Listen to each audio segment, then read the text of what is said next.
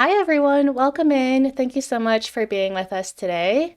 My name is Kathleen Kuo, and I'm a program manager with Nevada Humanities, our state's council partner of the National Endowment for the Humanities.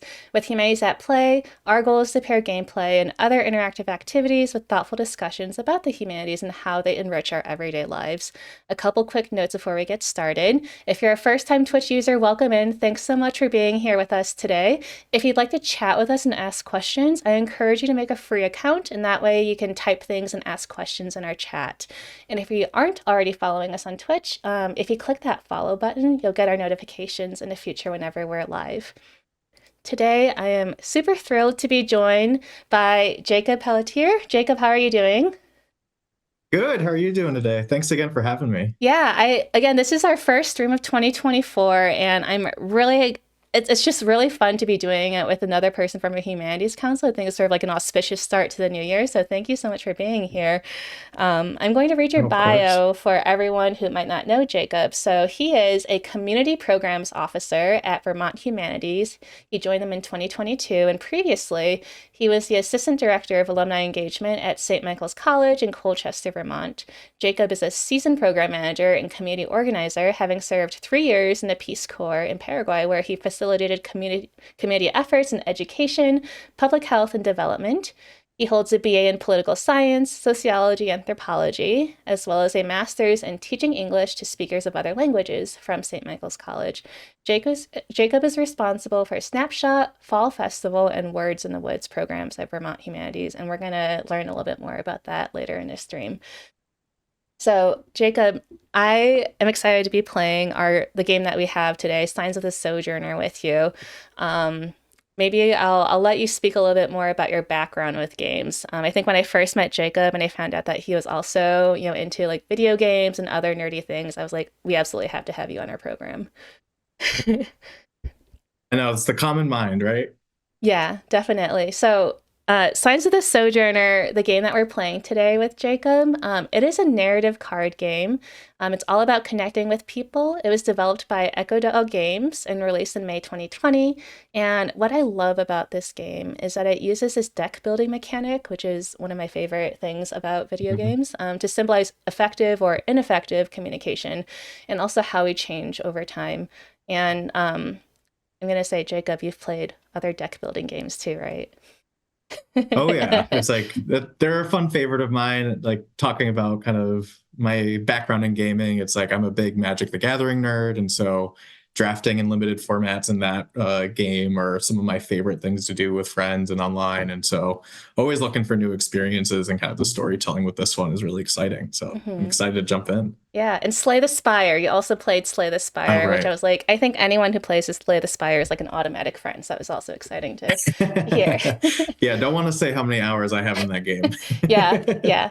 Um, okay, before we get started, Jacob, while we're sort of here and on the big screen, you have a little bit of an Easter egg, like a fashion Easter egg today. Would you mind Oh sharing with yeah. our audience? Yeah, so again, I'm going back to the backgrounds there. It's like I'm a big Pokemon person too, and so I have a fancy little Pokemon dress shirt that has some Pokeball buttons that you can see, a little Charmeleon there hanging out. So this is what I kind of always sneak in when I can to get the nerd, see who can find the little hints there. I need to get that shirt. Thank you, Jacob. So, Yeah. we are going to play Signs of the Journer for about an hour, take a 5-minute break, and then we're going to reconvene for a one-on-one conversation and Q&A with Jacob. So I think the beauty of Twitch is really getting to interact with our chat. So please don't be shy about sharing your observations and comments, any questions you might have in a chat with me and Jacob. So I'm going to get the game started. A reminder to everyone to hydrate, and I'm going to load this game. Okay. I'm wondering if you've heard of Signs of the Sojourner. This is for anyone in chat. Let us know. I'm always curious to know like who's heard of these games that we've picked out. All right. So Jacob, you should be able to see the game, and I'm going to move this over. So now here we are. You should be able to hear it. Perfect. All right. Let's begin our story.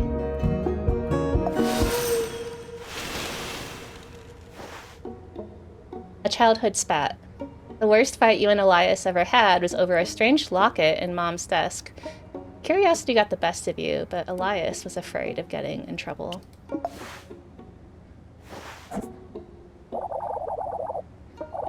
Your mom has collected so much cool stuff in here. How many towns has she visited now? I love the art. This is like a really, like, I like the way that they frame it. So it kind of reminds me of Pokemon a little bit, how you're like the main character's here and then you're like facing us. Right. Okay, so these are all the same. So we're gonna match symbols. And so the different symbols mean different things. I like how the circle means empathetic and observant, and then the triangle is logical and diplomatic. Kind of like different styles of communication. I know I've definitely had some conversations with people where like I wish they weren't so logical. Like I had an ex-boyfriend who liked to throw thought experiments at me and play devil's advocate, and I was always really annoying. Oh yeah, my partner does that a lot too. So let's play Carabiners, just like her. You be the driver and I'll be the navigator.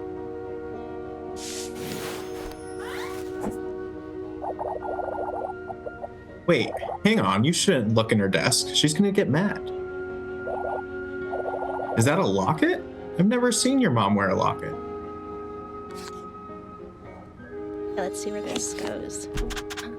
Uh-oh, mismatch.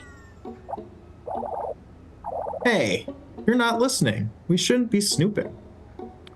Got a good moral code, Elias. Okay, so here's like another one of those situations where nothing matches up. Let's see what happens here. Yeah. Welcome in, Genevieve. Great to see you here too. Why do you always drag me into stuff like this? Put it back before we get caught. That fight could have only ended how it did. You and Elias talked past each other. Sometimes, Mom said, it's fine to not get along. But that time, she stepped in to mediate. Oh. You two, what are you doing in here? I'll need to leave soon. The caravan's almost here. Come say goodbye. I love how like one of my earliest memories is being in a kitchen with my mom and like remembering that my head came up to her knees, and I'm taller than my mom is, but just like I have this like visual, like really like vivid recollection of that memory. So this like image of being like up to your mom's hip, kind of. Right. I was, similarly in the kitchen, it's like you're sneaking up and looking over on the table, like what's on the counter? Uh-huh. Fighting about.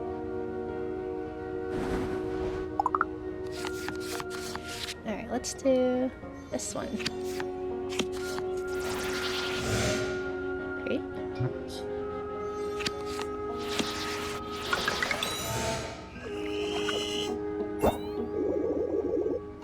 It's okay to not always understand each other. One miscommunication doesn't have to end a friendship. Let me help you figure this out. I think this is like good life advice. I think sometimes people think that friendships have to be like, 100%, like positive and bubbly. But I think sometimes, right, it's okay to disagree and figure out where you stand. Right.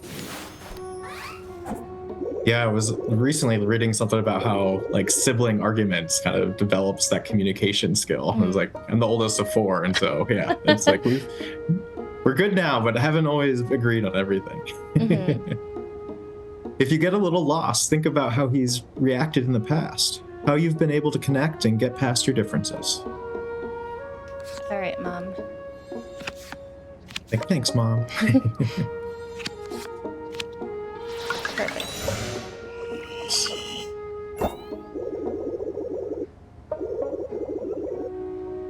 Not all disagreements have to be the end of your friendship. Listen to each other, see if you can find common ground. You think back on that fight years later, after Mom passed on, when you and Elias had to rely on each other all the more. 15 years later. Farewells. It's your first time back inside Mom's old store since the funeral. All told, she didn't leave much. She was always on the road, and what she brought back sold fast. Elias runs his hand down an empty shelf before clearing his throat. You feel it too, don't you? The weirdness of being here without your mom. Can't seem to wrap my head around her being gone. My bad. Now I'm the one making things weird. I forgive you, Elias. I'm just gonna keep playing. Hold the empathy.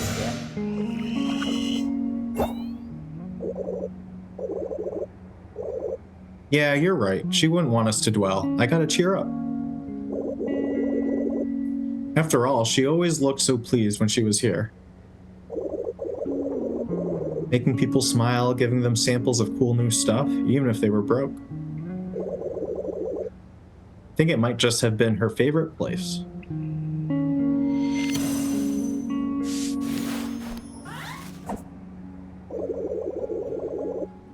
She'd be so happy to see the two of us taking over the store like this. You out there on the open road and me, keeping an eye on things here, which is totally just as exciting. Not that I mind, of course. Being stuck out there in the caravan would drive me crazy. I hope you're ready to add voice actor to your resume after this stream. Hey, open call. Yeah. It's like my email's online, right? Yes.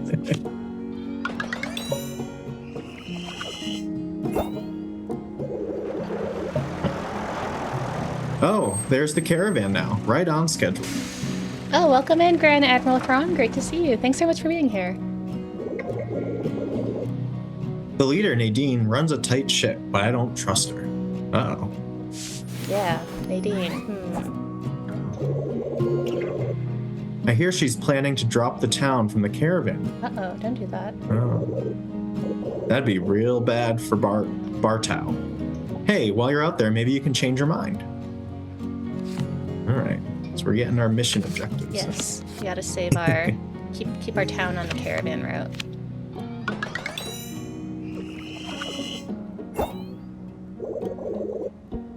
No matter what, you're gonna do great. I bet you'll come back with a bunch of cool stuff. You packed everything you need, right? Socks. If the truck breaks down out there, you don't have socks. It's all over. That's too funny. Yeah.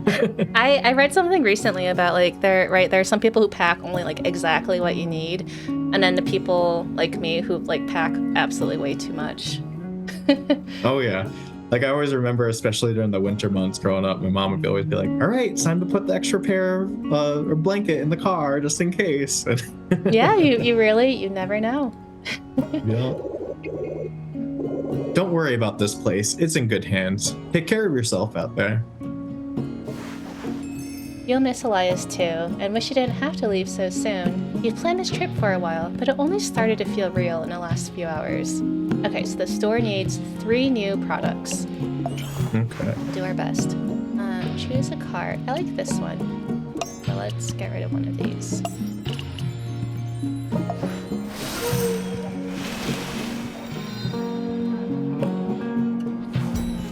Oh, here's Nadine. Okay, home. Bartow. Quiet enough to hear the grasshoppers rub their wings together at dawn and the crickets at dusk. You know the name, nickname, and favorite color of every person in town. It's past time to leave for a spell. So, okay, we can't talk to Elias right now. He's working a shift at the roadhouse. So, let's try chatting with Nadine. And Silver says in chat, I love the sound effects that the words have. Yeah, those are really cool. No, they did a great job with the sound design. Almost a dozen vehicles sputter down Bartow's dirt roads. Their engines once signaled Mom's imminent departure as well as her return. Nadine, sitting on the running board of her truck cab, gestures for your attention.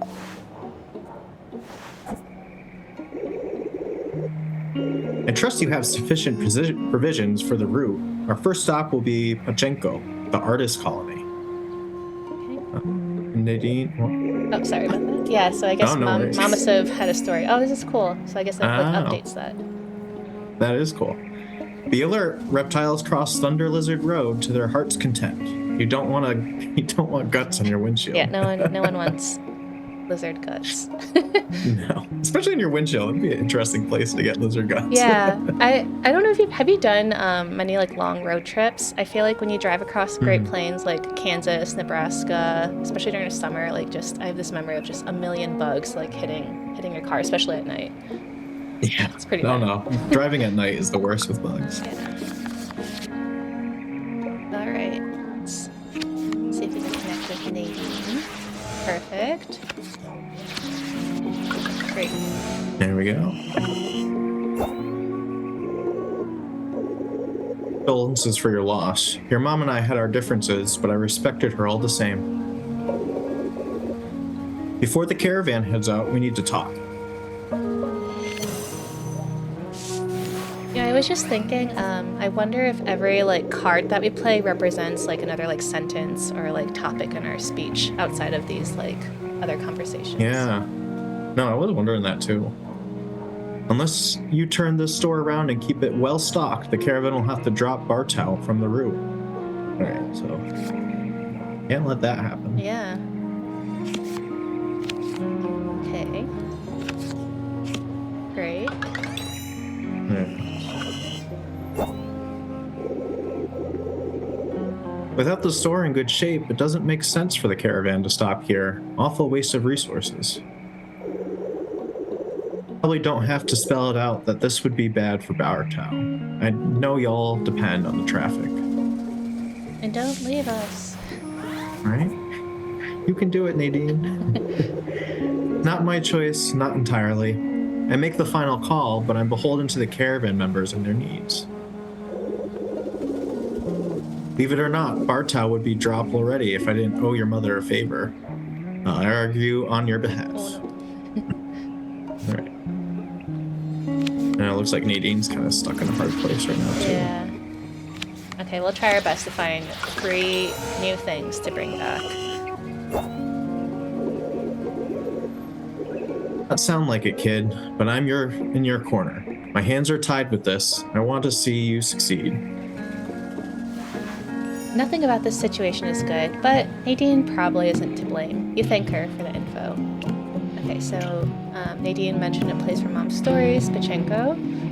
She told us about the road, and then that's our first stop, so I think we're about to get a move on. I don't think you know what, I'm just going to replace one of these cards with these cards. That looks good. Yeah, okay, let's move on.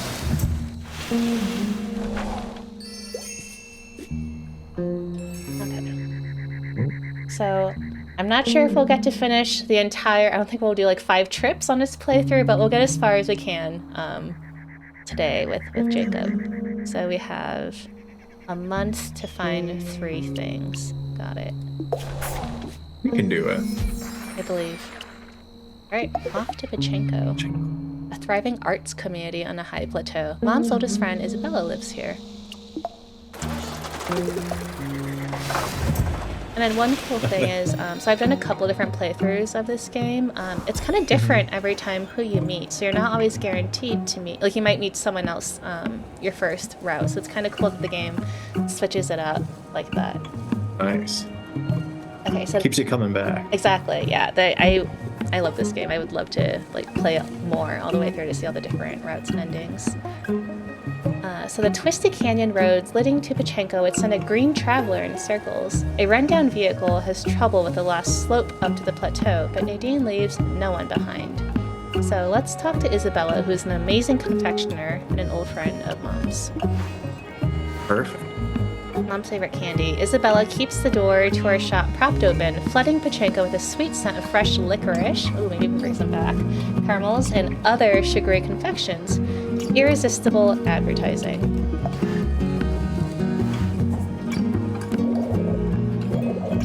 Oh, you're so far from home. When I saw you come in for just a moment, I'd have sworn you were her, the very image. I wish I could have stayed around longer after her funeral. I can't get much time away from the shop, you know? Character designs are really cool. Whoever did the art for this. I love the candy in her hair. I didn't even notice that. That's great. Yeah. Okay.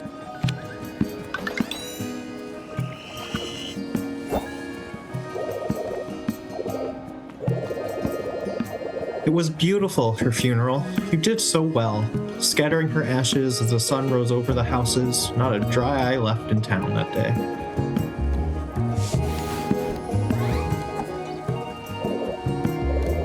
She chose Bartow. I knew her longer than anyone, and there's no place she'd rather rest. Silver says in chat, I was just about to comment on the candy accessory. I know, and I love how like the expressions change too. Like it's not just like the static image. Like as you speak, like their expressions change depending on what you're saying and doing. It's pretty cool. Let's see. Let's do this one.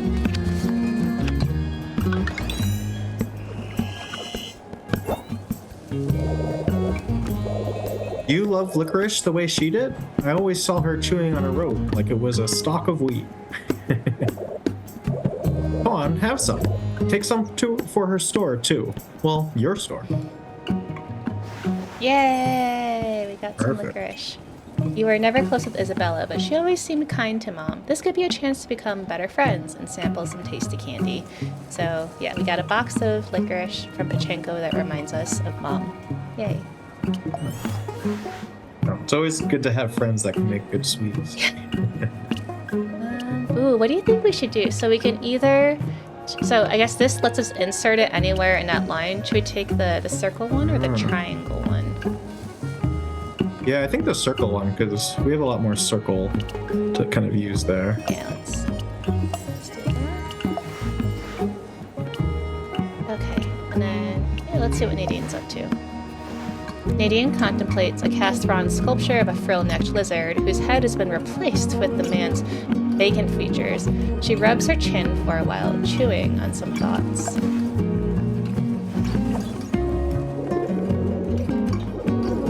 You handled those steep hills and inclines well. The caravan's next stop will be Clifton, the market town. The road we take is prone to landslides. Ride close. I can't see your truck. I can't protect you. Scary. Yeah.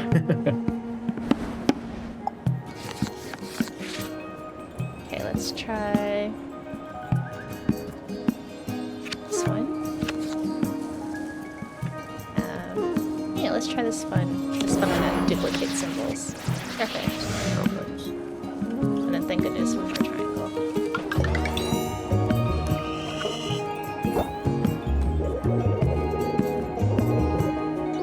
Your mom, she had a lot of history here in Pachenko. Many friends, I believe. She always loved the licorice. Little does she know.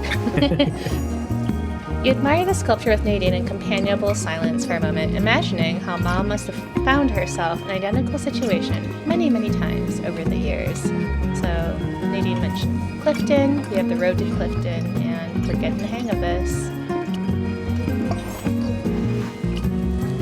Okay, we're running low. We have 2 of these, but we don't have any double triangles. Maybe I'll get rid of one of these circle triangles because we have like 4 of them. Yeah, and I think that works. Okay. Alright, that's it for Pachenko.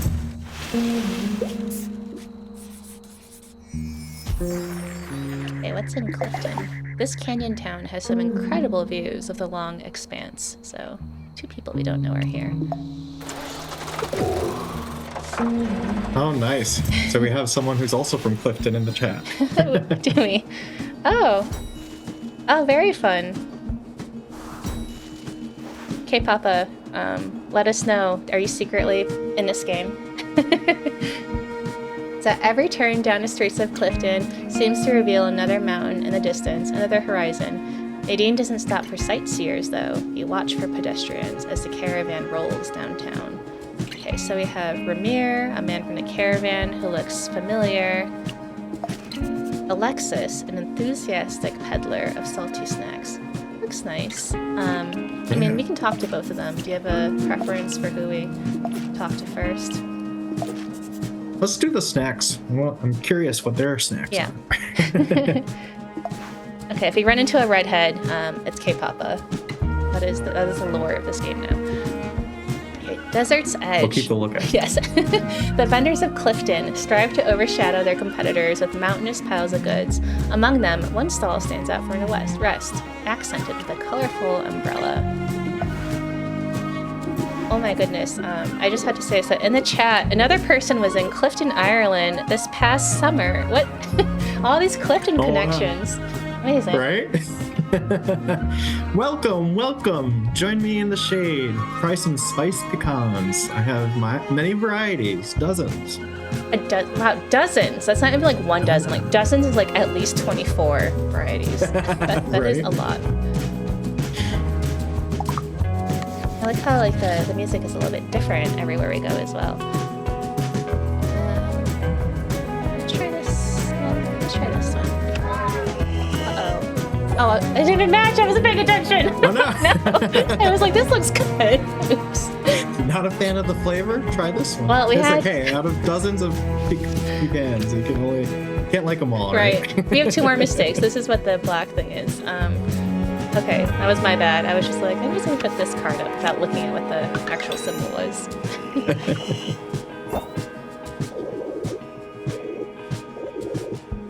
Many merchants here sell nuts. Yes, none are worth your time. Well, some are passing, but mine, the best. Spoken like a true merchant. Right? You're not from Clifton, I can tell. Welcome. You'll learn to blend in. You haven't yet, my poor fish. Okay. Interesting. Oh, we don't have any triangles. Oh no. We might fail this, and I feel bad because I messed up at the beginning. No. What's the house one do? The house is a fatigue card. Cannot match it with any symbols. So I think the longer we travel, the more fatigue cards we pick up, which are, they take up space in your deck. Oh no, we can't match this. So maybe we just throw the fatigue card in? Yeah, let's. Just because we're going to fail either way. Yeah. Your eye wanders. Do I bore you? No, we're just tired. We're sorry. Oh, wait. Uh-oh. No, we can't match. Oh, no. Maybe we shouldn't have put the fatigue card. Oh, no. That's all right. No nuts. It's fine. Not everyone has a sophisticated palate, I suppose. But no matter. You'll come around, as they always do. Give us one more chance, Alexis. When your craving for roasted nut becomes too strong, they'll always be here, waiting for you. Oh, no. Alexis is impossible to reason with. In their mind, it seems. Your very presence means there's still a chance to sell you in some roasted nuts. Yes, give us another chance. Right. Okay, so more triangles. So maybe I'll swap out, get rid of another one of these. I think we have a lot of these circle triangles. So that was a good example of miscommunication. We just couldn't reason with the nut man. Let's see who Ramir is. You know his name. Ramir. He grew up in Bartow. Traveled with a caravan, turned from neighbor to visitor. He's sitting off the hood of a car the same way he used to sit off his porch way back in the day.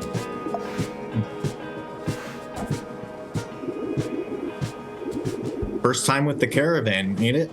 Hope your mom taught you the ropes. It's not easy out here. I remember my first time. Pachenko, Clifton, Bukam, Boro. A whirlwind of new experiences. Just keep your cool. The road to Birkenboro shreds a lot of tires. Don't panic if it all goes to hell. That's good advice. Okay, let's... Good. Yeah. Good thing we added the triangles with that. Exactly. All right, then we'll use this. Great.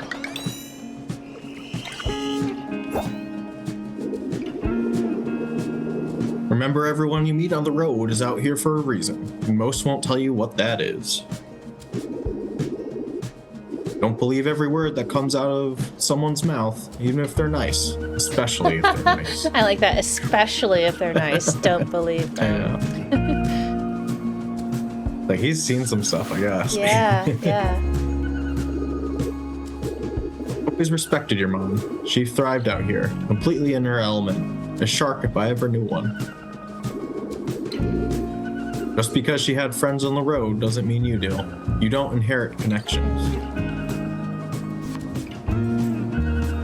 And that's something to think about. I feel like that applies to like the work we do as like program people. Like just because, someone who might have worked, at a humanities council before us has the connections, we still have to make that. Right.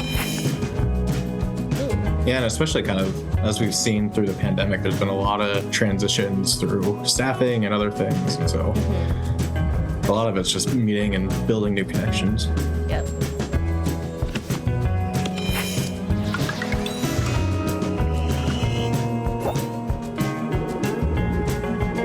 Took your mom years to build her network. It'll take you time too. I don't want to see you ruin what she made. You nod along to Ramir's advice. He glances over every so often to make sure you're paying attention, which seems to satisfy him. Okay, so I mentioned a place, the road, and we're going to be in Bucamboro. I'm going to turn the sound down just a little bit after I pick this card.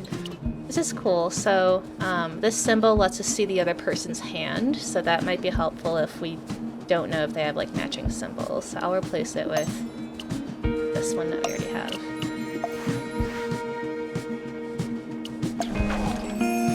Yeah, it's cool how they did kind of like the upgrades already in the card drafting. Yeah. Oh, hey!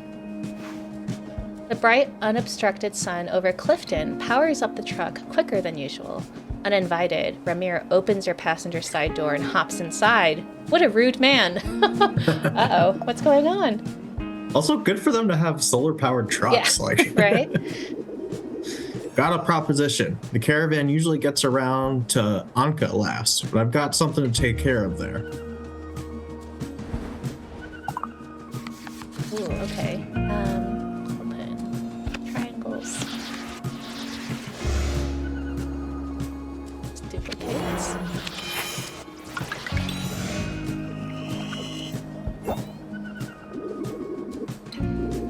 It's that whole business with the railroad. Got a lot of folks working to get that train back in operation.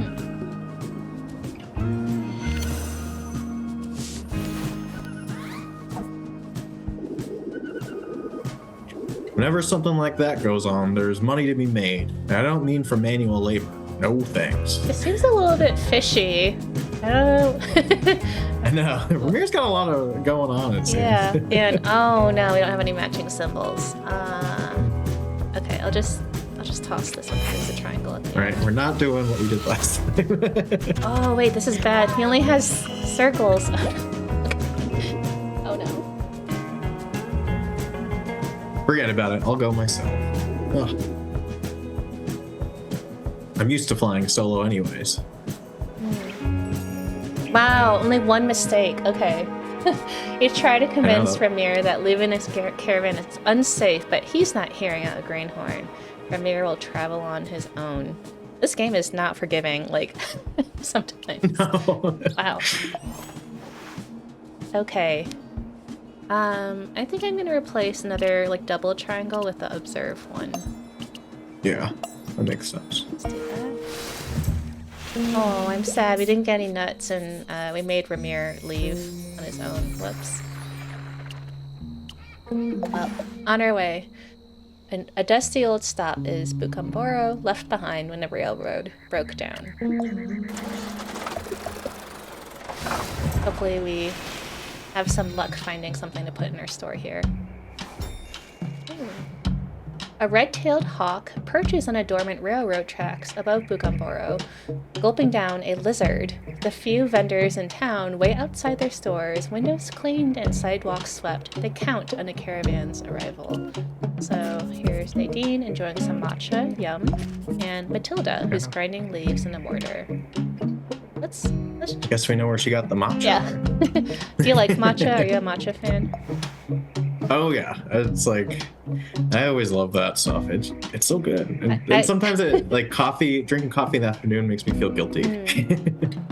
I like matcha too. I know it's kind of an acquired taste for some people who think it's like really bitter or it like weirds them out. But yeah, I love matcha, and looks like K-Papa also loves matcha in the chat.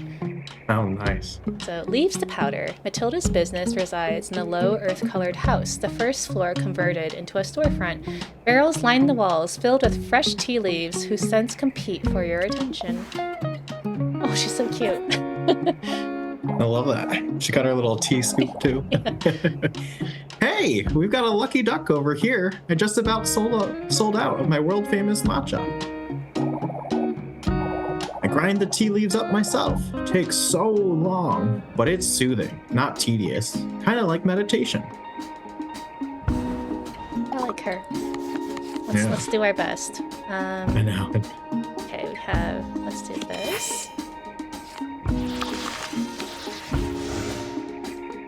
Oh no. Okay, so we did the thing where we can, observe her hand, and then she played this card, which redraws her hand, so we can't see it anymore. No.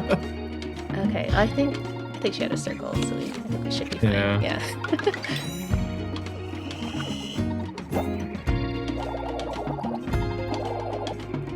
I sourced the tea leaves out of Aldhurst. Not enough shade around here. The sun is too brutal. Silver says she didn't appreciate you peeking. I know, right? Just insta nope.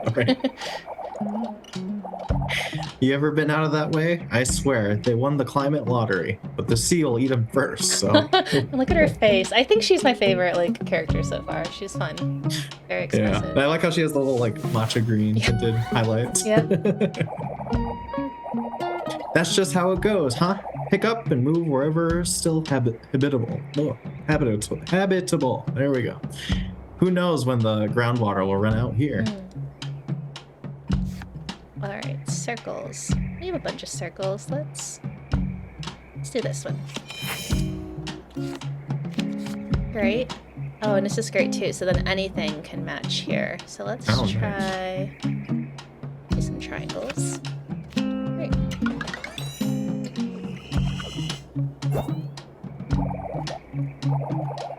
That's why I meditate, huh? Only peace I get from watching the world die around me. So matcha? It's like so matcha. What a way to end that. Right? Yeah. Come see me again and maybe I'll read your fortune, if you're lucky. Matilda's matcha smells incredible. You're lucky to have gotten some. Matilda promised to read your fortune if you return. Famous matcha, hand ground in Bucamboro. And yeah, depressing sentence with a cute face, right? Right? She's got both sides to her. Yeah. So that's two things. We only need one more. Perfect. Ooh, what do you think we should do? So this one will redraw our entire hand, but this one has the double symbol on the end. Ooh. I like the redraw. Yeah.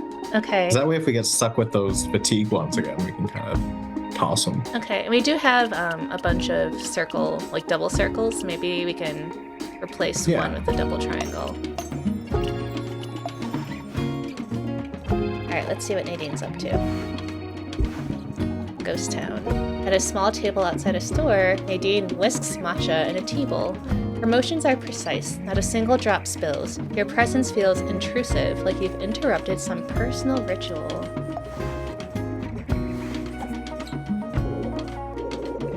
Still here. Your final stop on the route will be Aldhurst. Some call it scenic. I don't care for it. The road's in poor condition more than most. Many travelers bypass Bucamboro, but I enjoy their matcha. Oh, okay, so this is another one of those. We only have one chance. So let's just try this one. Yeah. Right. And then, but maybe I'll do this one. We haven't done this yet, where you can stick it in between.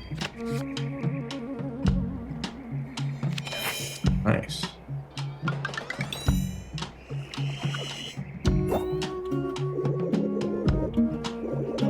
This place, Bucamboro, it reminds me of Bartow. Do you find that to be an accurate assessment? I don't know. I don't know.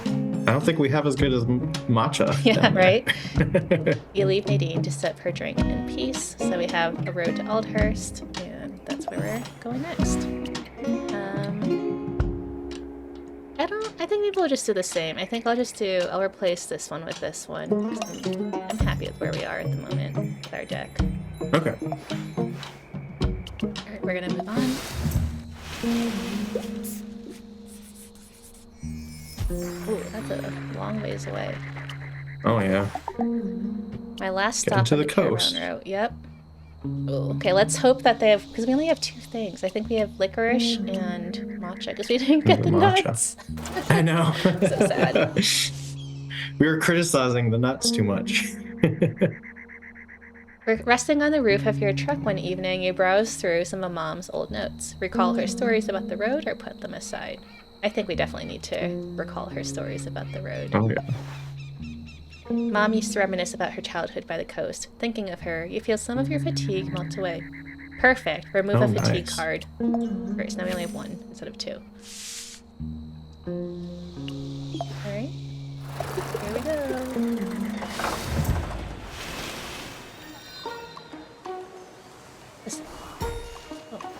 Pickles. I love pickles. Oh, no. Uh-oh. It's a new symbol we don't have yet.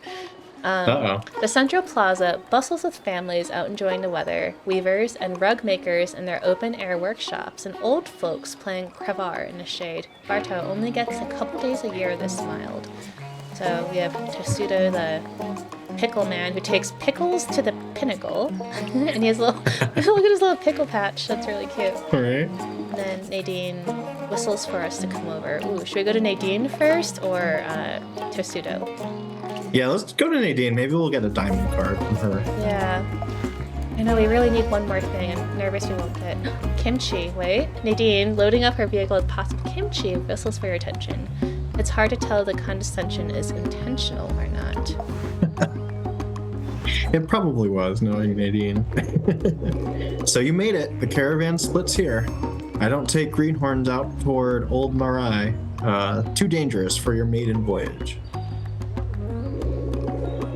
Take the direct road back from here, you'll be fine. It's mostly downhill that direction. Scenic route, too.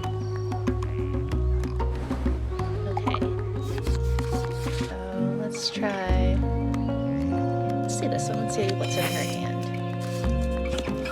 Okay, so we know She's that. got a lot of circles. Yeah. So we need something that ends with a circle. Uh-oh. We no. only have the triangles. Oh no. We don't have anything that ends on a circle unless this secret card here. Uh-oh. Yeah, I guess we have to go for it, right? Okay, I think this protects. Oh, okay, good. So that card that she didn't have was a triangle. That's good to know. Phew.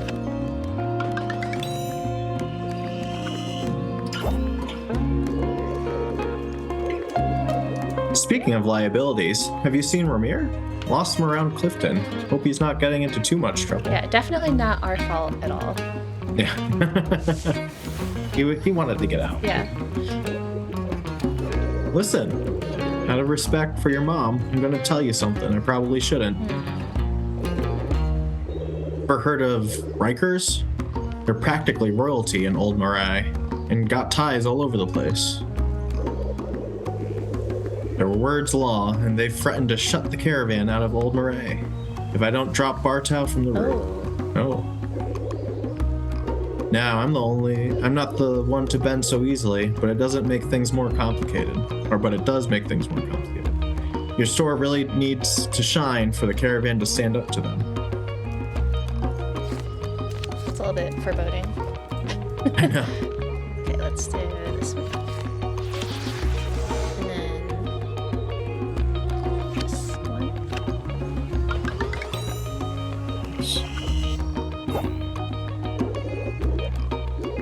Why this is happening now, I can't say. Could be your mom had some dirt on the Rikers. Ooh, a little bit of, mystery. Word is she had some run-ins with them in the past, and by all accounts, they're the type to hold grudges. Uh-oh.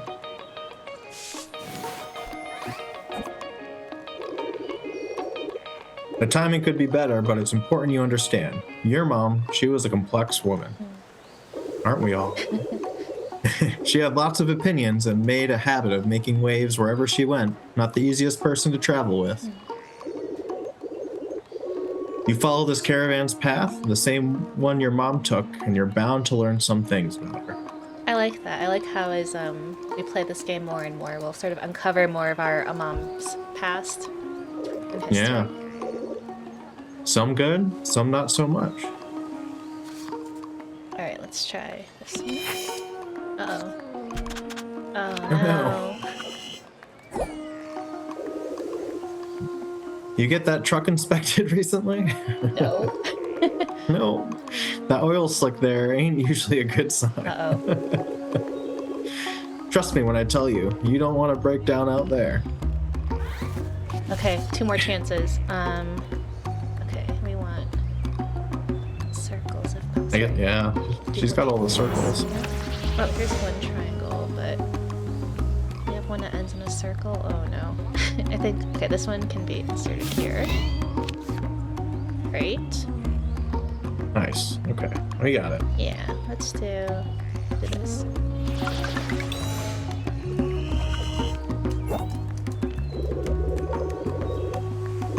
As for you and me, I don't believe kids always take after their parents. That'd be unfair. So don't start trouble and there won't be none. I run this caravan so no one else has to, and I like it run a certain way, safe. I like that. Well, I'm glad she told us about the truck. I'm sad she didn't give us kimchi or a diamond card, but Right. that's okay. Okay, we endured the caravan route. Oh, we don't have a diamond. I'm so nervous. The guy coming up has a lot of circles, so I'm wondering I might ditch a triangle card. Double for another triangle? circle card, yeah. Yeah. Yeah, because basically the triangles are dead cards for Yeah. some, right? Okay, let's see what happens. We really need these pickles. I'm so nervous. Proud Pickler. The shelves in Tessuto's store rise almost 20 feet, filled with jars of colorful foods. He waves from a rolling ladder. The supply here could feed a small town for months. Wow. I'll pickle anything you can imagine here. Anything. Look at these shelves and call me a liar. Can you pickle dozens of varieties of pecans? Right? Start some collaboration. Yeah. Okay, so no triangles. Let's... Oh, no. Okay, well, this Already, one... great. This one I can insert here, so... Good. We've made it through one pass. All right. Carrots, cucumbers, it fits in a jar, I'll pickle it. Doesn't fit in a jar, I'll make it fit. I like it. Optimistic. Great. This wasn't my idea, believe it or not. Folks cried out, Tosuto, sell those amazing pickles. Okay, so this one duplicates both symbols. Oh, perfect. Oh no. Do this. We're doing it. We're slowly doing it. Except we have a lot of triangle cards coming up, so I'm a little bit nervous. Who am I to refuse adoring fans? I'm just giving people what they want. Now I perfected dozens of flavors. Do you like Yeah, pickles, luckily we have Jacob? a few loses. Yeah. Oh yeah, I do love pickles. Each summer I usually make some batches, but unfortunately with the rains in Vermont this year, it flooded all my cucumber plants. So. Oh, I've never made sad. pickles. I'm sad for you too. Well, if you come to visit, I'll be sure to save you a jar. Deal. You know, I came up from nothing. Nothing to my name but a cucumber, a little vinegar, and a dream. Look at me now. This could be Oh my you. God, I love this guy. You could I be know. Tessuto. All right. Oh no, these are both. I'm gonna put this one, I think, because there's a circle on the end. Oh no. This one will draw our whole hand, but then that'll give us 2 mistakes. I think that's the only thing we can Oh, do. yeah. Because I think, yeah, we'll have one mismatch, and then we'll have a second Yeah, because mismatch. otherwise we just lose.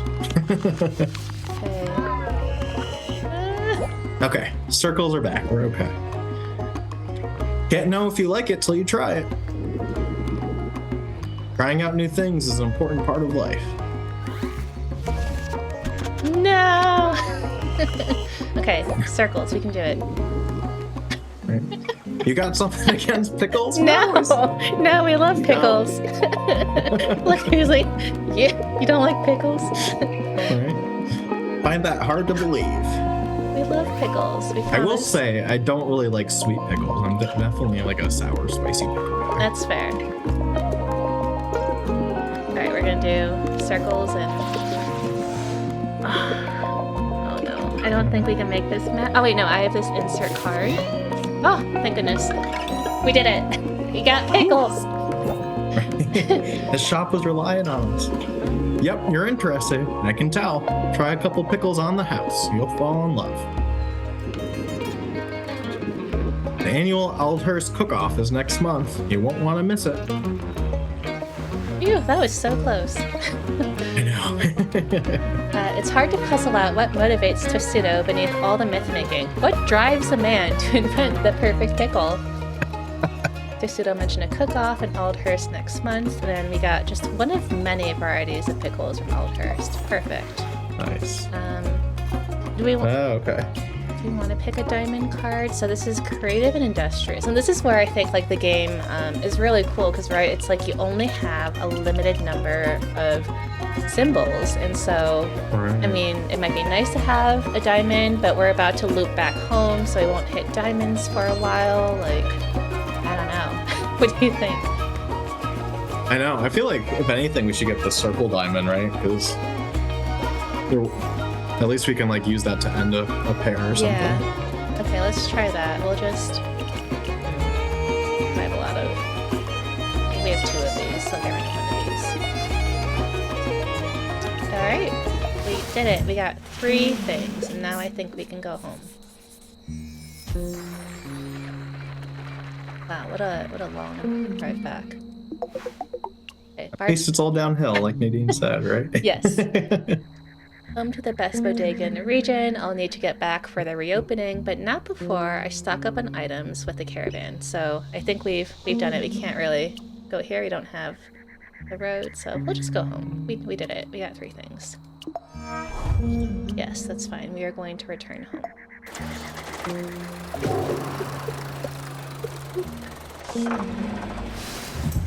I do love that little truck animation. Coming home to Bartow after time away feels strange, like someone rearranged your bedroom while you slept. All the same pieces are still here, mostly, but what's different and what's misremembered, there's no telling. A stranger, slicing an apple with a pocket knife, perhaps you shouldn't talk to him. Okay, yeah, we definitely don't have a square, and we only have a 1 diamond, so I don't think we would be able to connect with him. Elias, best friends forever, he always said. Let's chat with Elias. See if he likes the pickles, right? You find Elias at home, sitting on a floor surrounded by craft materials, glue, markers, cardstock, thin polystyrene sheets. He looks exhausted.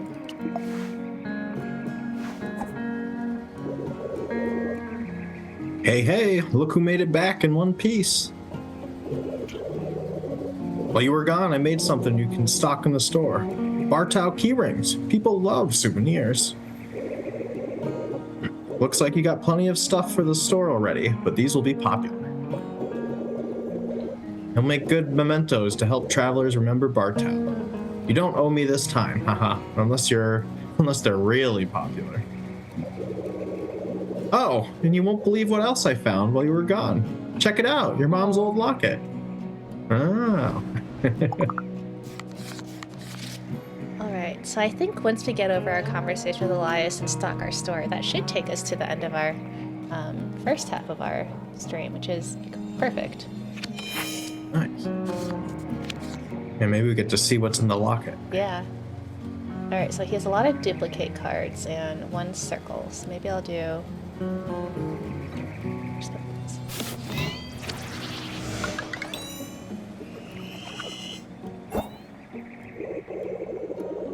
Don't worry, I won't get upset with you for taking it this time. In fact, I think you should.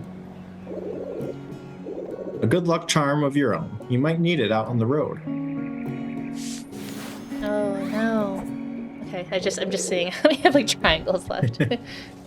Anyway, how's the caravan? Did Nadine say anything else about Bartow on your way, or your mom? You didn't have to break the news to anyone, did you? I bet rumors probably spread fast on the road. Okay, I think this is the only one we can play. So I'm gonna do Right. this. Okay, and then this protects us. So I might do this so we get a redraw. Yeah. Yeah, those fatigue cards are brutal. Nice. You managed to get Nadine to tell you more? That's impressive. You're a natural. What the Rikers have got to do with your mom? They've got tiles all over the place from what I hear. No wonder they're able to pressure the caravan. I do like how this is so symbolic that as we've traveled and seen more cards and gathered like different ways of speaking, like it's a little bit harder to like connect with Elias now. Like just I can feel it. Like there's like not as many matching cards as there were before. Yeah, that's so true. Gotta say, Nadine kind of intimidates me, but maybe there's more to her than meets the eye. All right, let's try a circle card. I know we have like this protection thing. I'm gonna stick it here and hope for the best. Perfect. And then put this here. Great.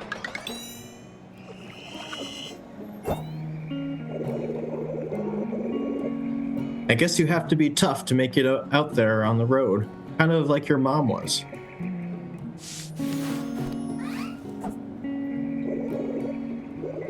Sounds like they butted heads. I'm still not sure I trust Nadine. Rikers or no Rikers, it'd be real bad for lots of good people if the caravan stopped coming here.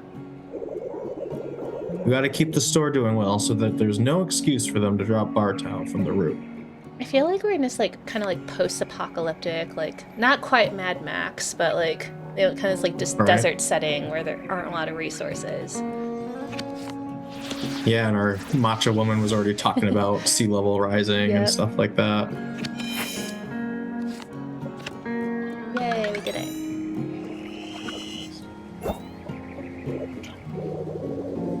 Whatever, I won't make a fuss when Nadine comes around. Maybe, but she's not some authority on your mom.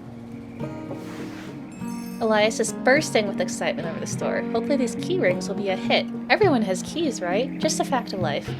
Elias found Mom's old locket. Wonder what's inside. They're cute. I would get one. Key rings are the best souvenirs. I think the accommodate one is good because you can kind of use it wherever. So I think I might place one of these. Let's not talk to the stranger. I'm a little bit scared of him. No, and there's no way we can. One. Yeah, we have one card that we can use to talk to. There we go. We got our matcha, our licorice, pickles, key rings, and if only we had gotten those nuts. But we have 4 things. Perfect. Okay. We did good. Yep. Let's see who buys stuff from our store.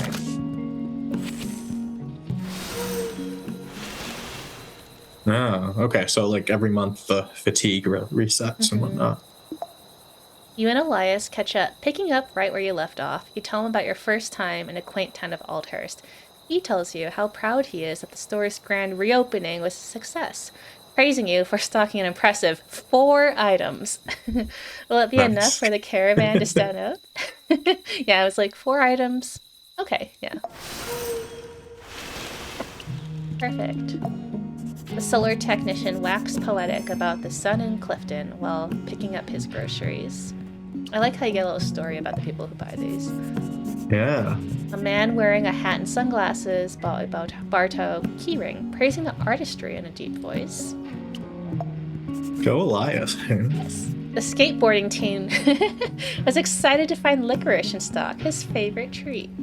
And lastly, the properly prepared pickles were popular with a paranoid purchaser. Love it. Love all the P's. Right? That's a tongue twister for Yeah. sure. All right. Well, I think maybe I'll just see what happens when I press this. But that kind of takes us to the end of our I guess our first playthrough of Science of the Sojourner, Jacob. I wish I could do the other four routes with you, but we did it. Nice. Yeah, no, this is a lot of fun. I'll definitely kind of check this game out more. I'm Yeah. curious now, like what's in the locker, you know? Right, especially if it goes on sale. I think this is a great game to get on sale. So I think what we're going to do for everyone in chat who's new to our stream, we're going to take about like a 5-ish minute break. So go get hydrated, stand up and stretch during that time, and then we'll come back and have our Q&A with Jacob. So don't go anywhere. I'm going to take us to our break screen right now.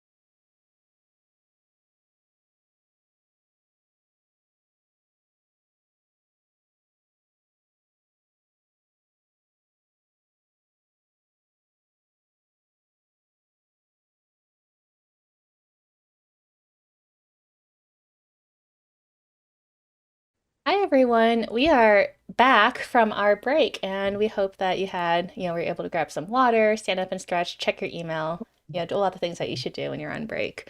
So we're back with Jacob from Vermont Humanities. What did you think of Signs of the Sojourner? I'm curious. Yeah, I really loved it. I think it takes like a really simple gameplay mechanic, but makes it really interactive and interesting. Like I didn't realize at first we were only limited to what, like the 12 cards. Hmm. And so switching out in between rounds, it really is that choke point of like, am I learning this new language to try to connect with more people, or will I lose the connection to some of the people I've been able to work with so far? So it's really good. And I think the art and visuals are really nice and the music's beautiful. It really is a nice little package they put together. Yeah, yeah, it just kind of like hits you like unexpectedly. Like, it seems like a little bit easy at first, but as you get further, you realize, Mhm. yeah, there really is some strategy. Like, it was like our right the second place we went to. Like we didn't even match up with the nut guy. So yeah, definitely. I always like when there's a little bit of challenge in the game. So, Jacob, this is the part of the stream where, we get to ask you all sorts of questions about yourself, about Vermont Humanities. For all of our friends in the chat, if you have questions or comments for Jacob, don't be shy about putting them in the chat. I think I'm going to start off by asking you one of our favorite questions, which is your origin story. Not everyone, grows up thinking like someday I'm going to work at a humanities council. I think all of us take sort of roundabout ways of getting there. And in your case, and I was reading your bio, you've done a lot of different things. And I think you've sort of like studied and you've had interests that are all sort of like humanities, related. But yeah, I would love to know, like what got you interested in poli sci, anthropology, teaching English as a second language, and what led you to end up at Vermont Humanities?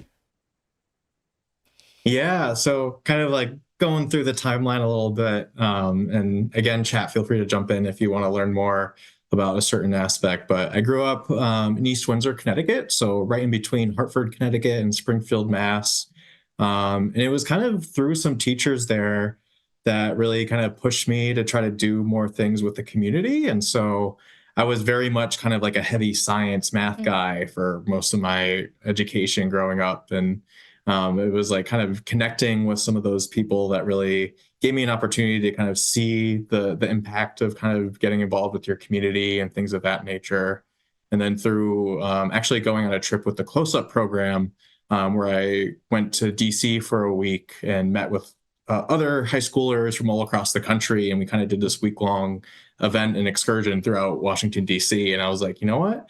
Maybe get involved with politics and like public policy is something I want to do with. And it's like one thing led to another. And that's what really got me involved with the political science major at St. mhm, Mike's. And I love that department. It's a really great kind of applicable resource for people who really want to do different things. Because I think one of the beauty of the poli science is it's really about kind of finding how you relate to people and relate to different of these bigger systems that are kind of in our world and around us.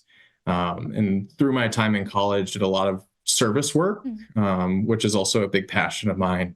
And so did a bunch of different excursions and service trips across the US, which was really exciting. Kind of only growing up in the Northeast, I hadn't really had a chance to travel too much. So that kind of got my travel bug going, which I think initially led me to doing the Peace Corps. And mhm, so through a lot of my mentors, again, it was an opportunity to see a new place and really kind of test my resiliency and see how things go.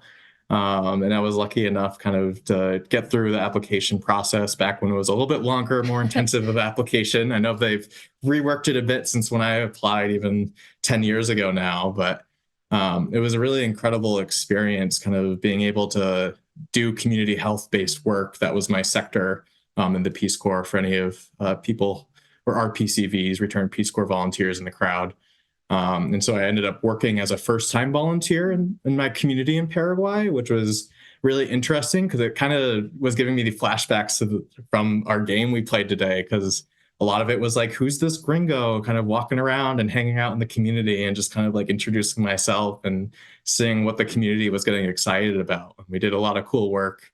I loved it so much. I ended up staying for an extra year. Mm, And that's when I moved from the rural community to the country's capital of Asuncion. and worked with two nonprofits kind of focusing on sex education and working with women living with HIV/AIDS. And so it was really kind of great to see kind of like that small scale community building while I was in the community out in the campo in the countryside, and then kind of get my ears a little wetter in the nonprofit development side. And I think every person who goes from a big transition like college into the Peace Corps is trying to figure things out. And one of the things I knew is like I don't really work in kind of a typical 9 to 5 very well. And so having a dynamic work environment really was something I was looking for when coming back to the US. And luckily, I ended up back here in Vermont at my alma mater, St. Michael's College. And for those who don't know, if you work in higher ed, you often are able to take some classes for free,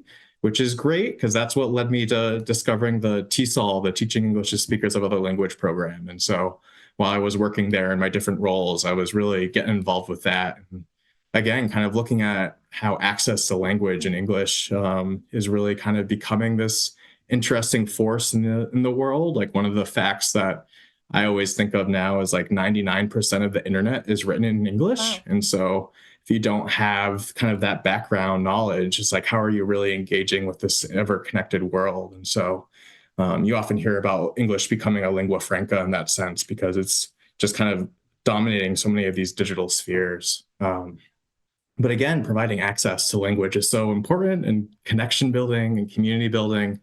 And I think all those experiences really highlight that. It's like I love meeting people and trying to do something cool together. And so many things are fraught in society, but one of those things is just kind of sitting and getting to know someone is so unique and can create so many opportunities down the road. And I think that those experiences really lend themselves nicely to my work here at the Humanities Council, where I do a lot of those kind of intro level opportunities for people to engage with different programs or build new partnerships with communities or programs or organizations across the state. And it's been really exciting to see kind of like how each year we kind of change and show these new partnerships and grow in different spaces here and there. And so that's kind of like a whirlwind of an answer, but yeah, it's been a journey, but I'm very fortunate to be where I've ended up so far. Yeah. Well, actually, and then so you're at St. Michael's, you ended up back there, and then you found this position at Vermont Humanities in 2022. Had you heard of Vermont Humanities before that? Was that your first introduction to them?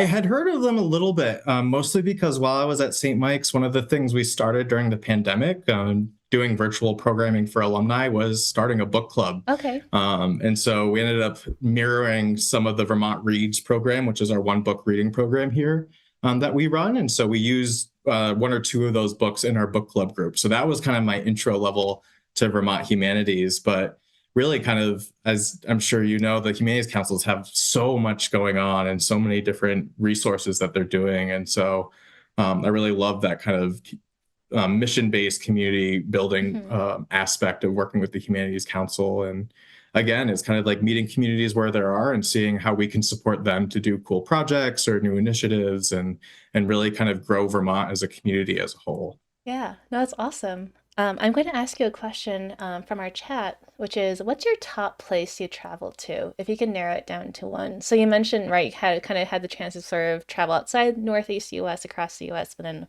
of course, Paraguay. But have you been, elsewhere, top places? We love travel.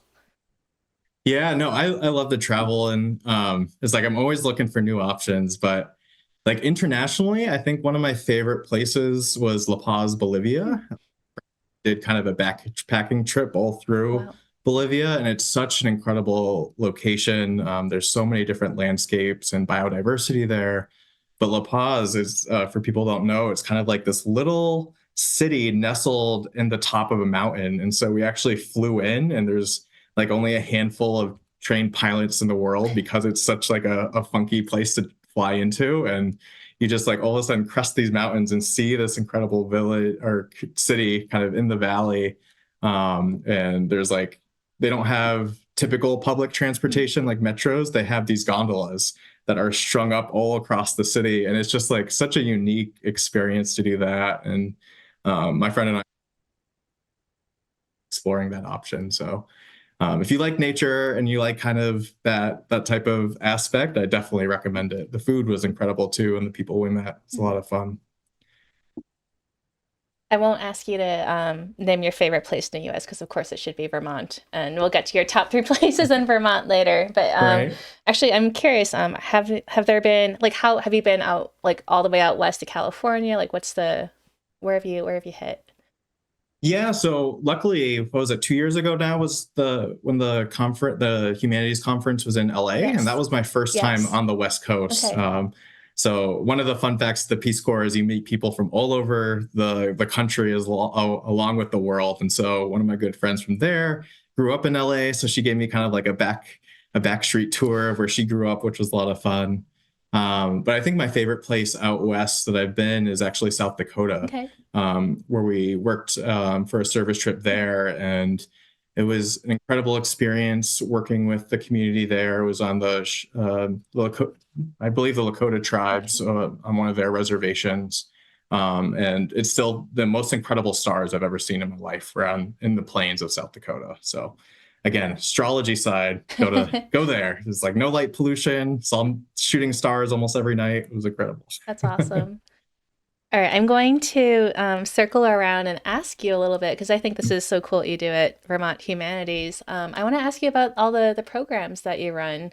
So I mentioned, I think, three when I was reading your bio, but I'm curious if you run others. I think there were, the Snapshot, Words in Mhm. the Woods. I think there was one more that I'm forgetting. Yeah, I think Fall the fall Festival. festival. Yes. Yeah. So yeah, I do a few different programs here with Vermont Humanities. I kind of always sum it up quickly, where I do a lot of our public facing programs with visiting speakers or scholars or authors. And so that's exactly what the Snapshot series is. It's kind of a program that's been reimagined a little bit, but it's kind of a weekly event that we do, not during the winter months in person, but it's all online. So next week we have Phuc Tran speaking on his memoir Saigon, Hmm. which is really exciting. And last night I was talking with a scholar, Langston Collins Wilkins, Yes. about hip hop culture in Houston, which is like amazing experience. So if you are interested in seeing that recording, definitely reach out to me. Yes. But it's a lot of fun because I get to meet all these cool people that have such kind of unique experiences and interests and kind of see them in their element and get to bring these to different communities across Vermont with our library partners that we do that with. And then the Words in the Woods program is one we do each summer, where we bring a variety of Vermont-based poets to our state park system across the state. And so we do poetry readings there and discussions. And it's kind of a great way to highlight our state parks as well, as kind of our local talent, which is really cool, and starting those kind of conversations and bringing poetry to a place that's not kind of like a dingy back room or an open mic night, right? It's like you're kind of really putting it out there for the community to enjoy. And it's really fun because this year is our 50th Wow. anniversary at Vermont Okay. Humanities, but it's also Vermont State Park's 100th anniversary. So we Oh, have like a anniversary buddy, which is really fun to plan this summer cycle with. Um, and then, yeah, the Fall Festival is again kind of like a reimagined program since the pandemic, hmm. where it used to be kind of a weekend long festival at the University of Vermont, which is our largest university in the state.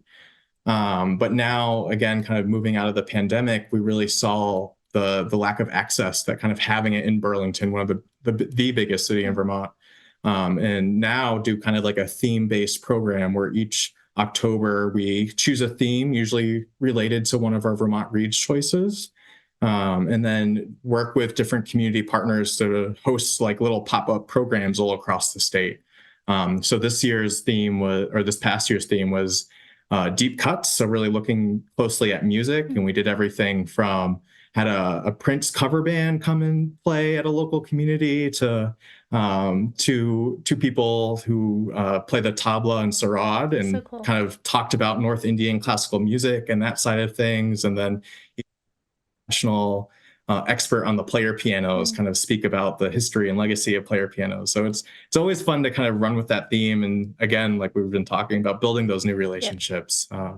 And so those are the main programs I do, but also kind of peppered in with some author visits and bringing them to schools or other groups, or doing that with our speakers and other things that come up. So That's awesome.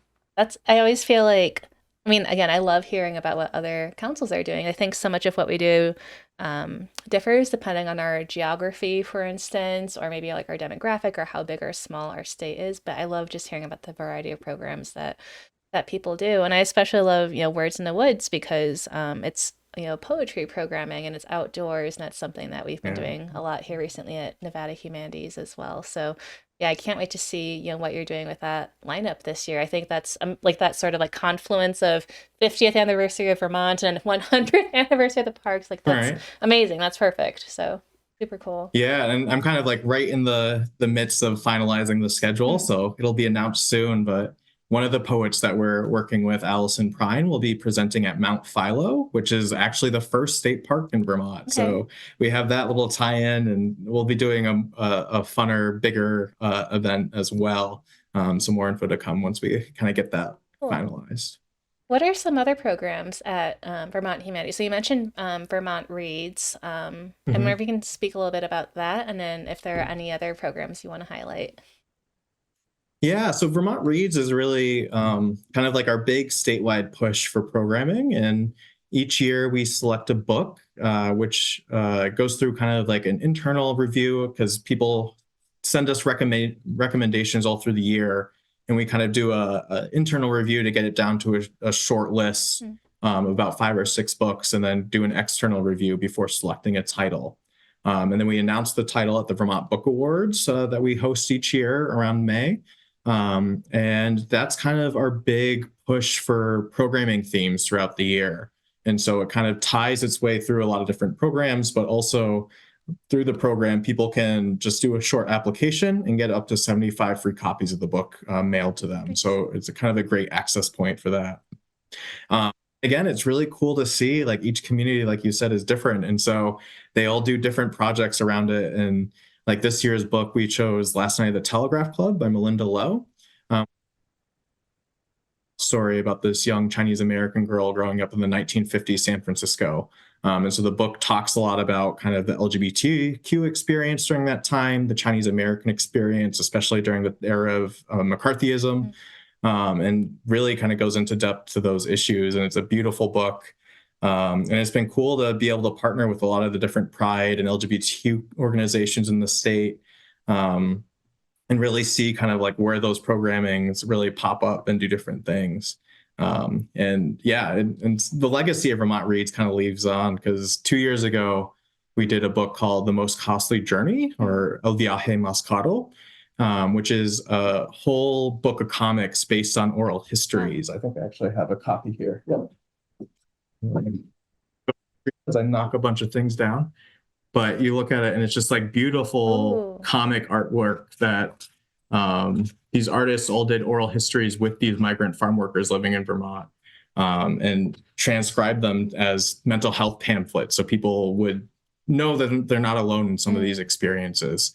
And just kind of the impact that this book has had. It's like being in curriculums all across the state now in schools. And so it's really exciting to see kind of like a hidden population in Vermont really go to the forefront, and people really kind of talking about these issues of farming and labor in a new way. That's amazing. Yeah, I want to. I feel like every book you mentioned, I'm like, oh, I want to get that now. I want to read it now. So I'm excited to have two new books to add to my list. Yeah, I mean, I feel like that's always the challenge of the humanities councils. Like now I have like a never-ending reading list. Hmm. It's like, oh, this speaker talked about this book. I'm going to get this now. Or we have this person visiting, so now I need to study up on this. Yeah, So, it's a good question or a good issue to have for sure. right. So I'm going to ask you. I guess we also like to talk about food on this program, and I'm Mm. wondering. I feel like sometimes when you think about certain states, like certain things come to mind just like right away. And I'm wondering in Vermont's case, like, do you know what Vermont is known for when it comes to food? Is it cheese? Is it something else? Oh yeah, you kind of have the big three, Okay. or I could say four actually. Okay. So we have the maple syrup. Oh, So maple is like huge in Vermont, okay. and really kind of a fun place to be during the sugaring season. You just kind of see all these big boilers and steam, little smoke clouds everywhere because people are boiling their sap, the maple syrup. And cheese and dairy products are definitely up there. People often know Vermont for Ben and Jerry's more than anything Okay. else, because their factory is here. And it's a fun place to visit, especially for kids, Mm. because it's like you go and explore the ice cream graveyard and do a tour of the factory. Yeah, it's a funny little place. And also Vermont's really well known for their craft brewery Mm. scene. And so if you like beer or cider, it's really kind of cool to travel across the state and see kind of like all these little variations on different things. And one of the my favorite breweries, Fiddlehead Brewery, just won like craft brewer of the year Oh, this that's past amazing. year. So it's cool to see some Vermont recognition there. But yeah, it's kind of a great place to go if you like sweets and cheeses for sure. Okay, awesome. So yeah, maple syrup, cheese, and beer. I'll keep that in mind. And ice cream. Yeah. That's awesome.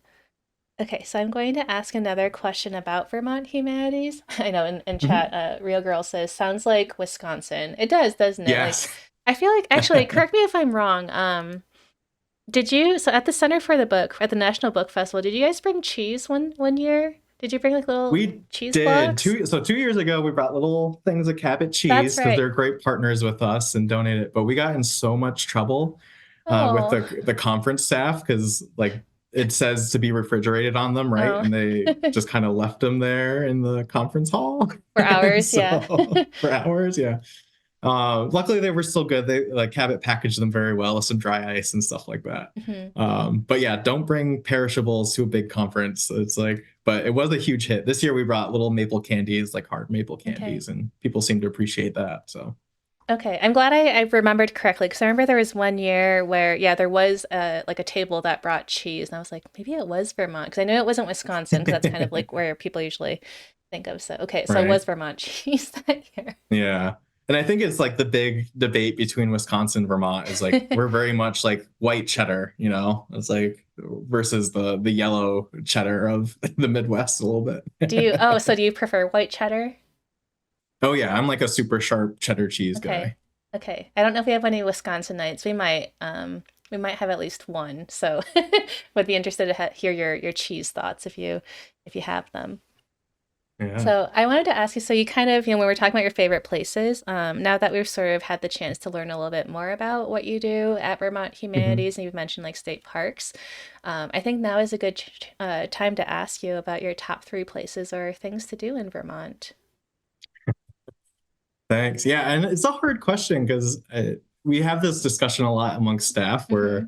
it's like Vermont is such a seasonal state. It's like it's almost like you have different things you like to do throughout each of the seasons.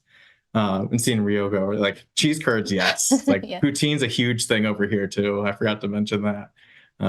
But yeah, one of my favorite spots is a little local park called the Millstone Trails. And so where I live, it's outside the smaller city called Barry, Vermont, which was internationally known for its granite.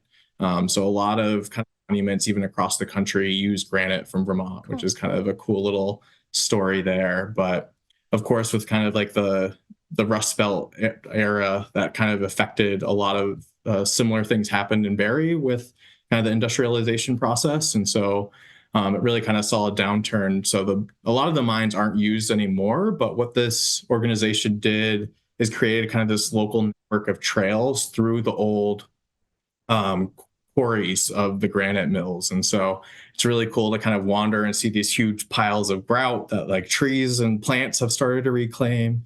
And parts of the trails they use for events and have had artists that kind of go in and carve Hmm. sculptures into the spare pieces of granite that are kind of sitting around. And so you see kind of like a T-Rex whole outline in these huge pieces of granite, and it's really fun to walk around. So Cool. that's one of my favorite local spots that I always try to talk up. Um, but another big one is kind of Burlington is again like going to college to St. Mike's. Burlington was the city right next door, and we would take the bus in and kind of do that scene there. And it's just kind of a beautiful, quaint little city on the water. And there's so much stuff to do there from the Vermont Comedy Club, which we frequent often, and from local to other acts. And or you're just kind of going and getting your little soft serve ice cream. They call them creamies here, but as a non-native Vermonter, I will never give that. Wait, soft serve ice cream is called creamy in Vermont? Or is it like a Yeah, creamy specific kind? spelled. No, it's just what they call it here. And so it's spelled like Creemee too. No. So it's like very Sorry. odd. Yeah, I know. Okay. Super But that's cool. a fun fact about the area too. I think that was two, right? That was Oh, there Berlin. was two. Oh Sorry. yeah. No, that was good. And I guess I'll have to say, like I will say, kind of again, growing up in Connecticut, we're always doing this long drive down 89, the main highway to 91. And my favorite place to stop, kind of midway point between my home and my family in Connecticut and home, it's called the Vermont Country Deli in Hmm. Brattleboro.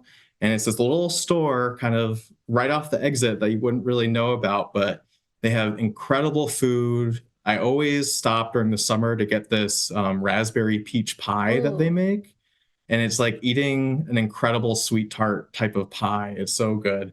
Like spring rolls, pulled pork, mac and cheese, sandwiches, you name it, they got it. And it's like a fun little hidden gem that a lot of locals will use for catering and stuff too. So, that's super cool. Okay, we're all gonna road trip and visit Jacob and eat raspberry peach pie.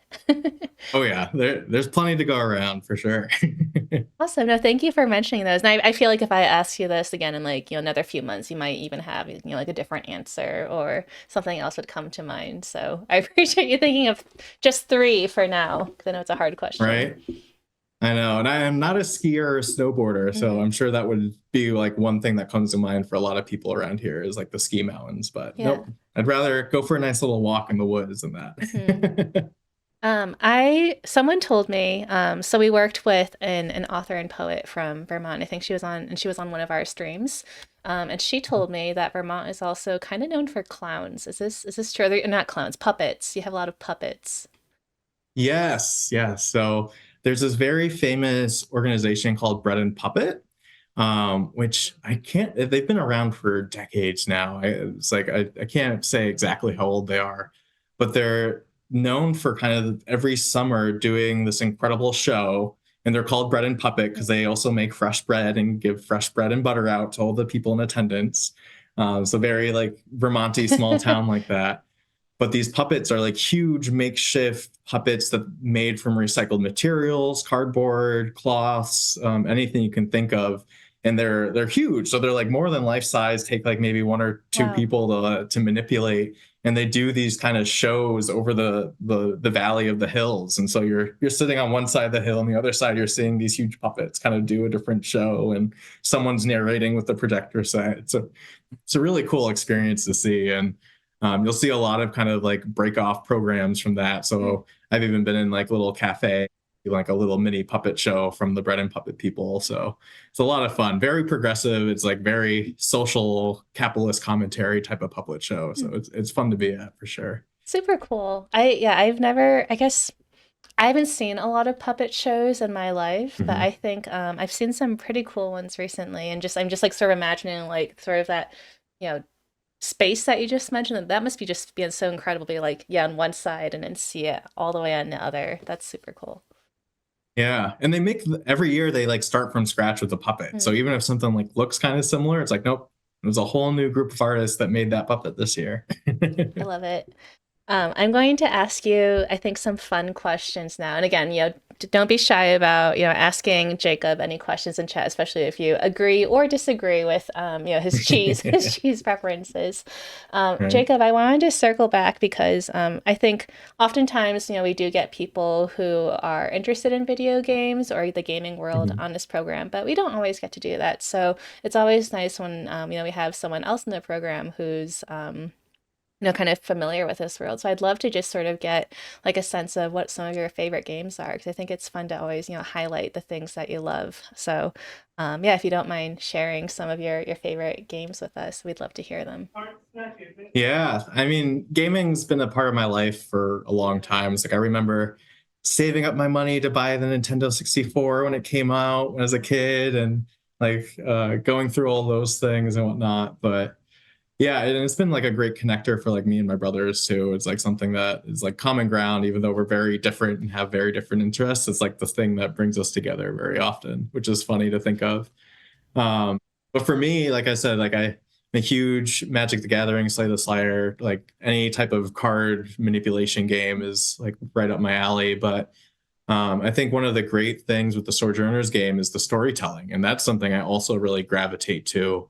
So I'm a big role-playing game guy, like the Final Fantasy series, things of that nature, because I think there's so much that can go into storytelling in those realms. And like growing up in high school, one of the more violent games that I'll say, but really resonated with me was BioShock, because you just have such like an intense first person experience in this story that kind of blows your mind at the end. You're like, wait, what just happened? And so I think that's something that video games really lend themselves to, unlike any other medium, is that you can really kind of put yourself in that person's shoes, and you're the one doing the actions, you're the one controlling them. So it's almost like you're reliving that experience. And so I think video games, I kind of get a bad rap for some of the shooters and the violence that are in a lot of them, but there are a lot of incredible storytelling and creative elements that go into it as well.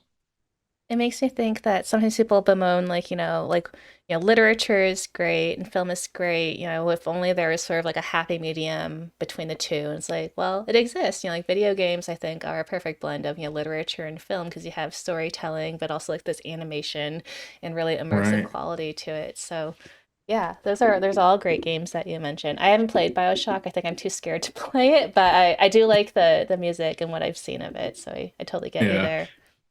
I have a creepy horror side. Like I've read so many Stephen King novels, Okay. like it's probably unhealthy with how long each of those are. I'm okay with reading, so I can read like horror novels and like Yeah. thrillers. I think it's just like seeing it, like especially in movies, like Yeah. yeah, it's scary. We have a question for you in chat. Can you pick a favorite Final Fantasy? I haven't played enough, but I'd have to pick 10.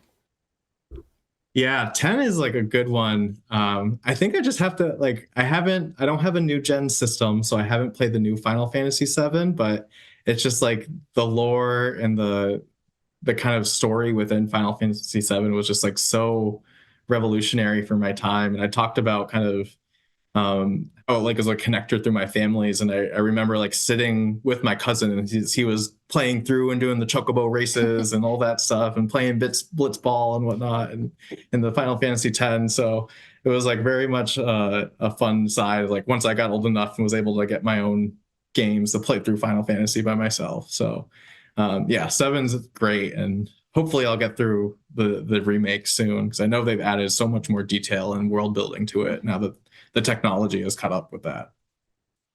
I guess with the remake, you have to buy at least two games because it's not Right. just one. Yeah. Or maybe there's It's three, two right? now. Don't they have three planned or something? They might. I'm not Okay. Yeah, sure. I don't That's a good I question. haven't played the remake, but yeah, I've seen people playing it. Yeah.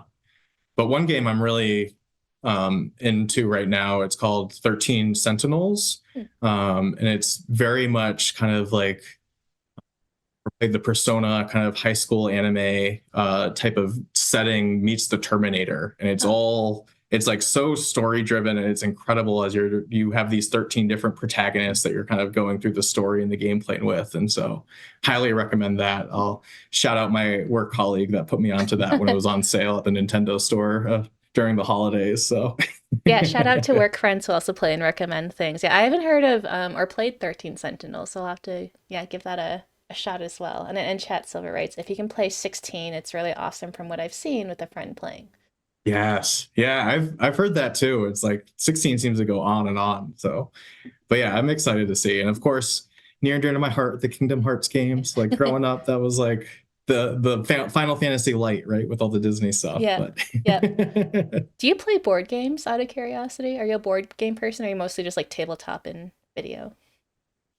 yeah, I do play board games. So growing up, we would always do kind of family game nights with my cousins and whatnot. And Apples to Apples was like a big one. I know that's not like a real board game, but it's there. But my youngest brother now has like this huge collection of board games, and he does board games with his friends every Sunday. So we often get him board games for Oh, Christmas, and nice. then be like, all right, which ones were good enough for us to play as a family? Yeah. So a lot of the classics like Settlers of Catan and Ticket to Ride, things like that. Hmm. I will recommend Quirkle. Have you ever heard of I that have one? played Quirkle, yeah. Actually, that kind Yeah. of fits Signs of the Sojourner because of like the symbols, right? Like on Oh the yeah. pieces. Yeah. Right.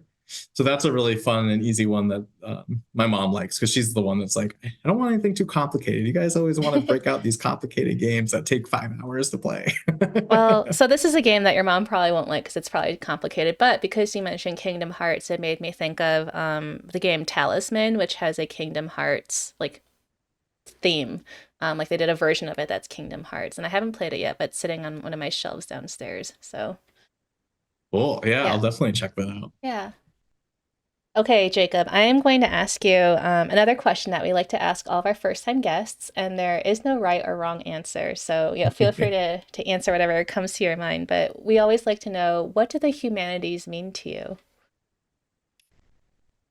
Yeah, and it's like such a hard question because I think the humanities, kind of going back to our game today, it's all about like what we find to build connection.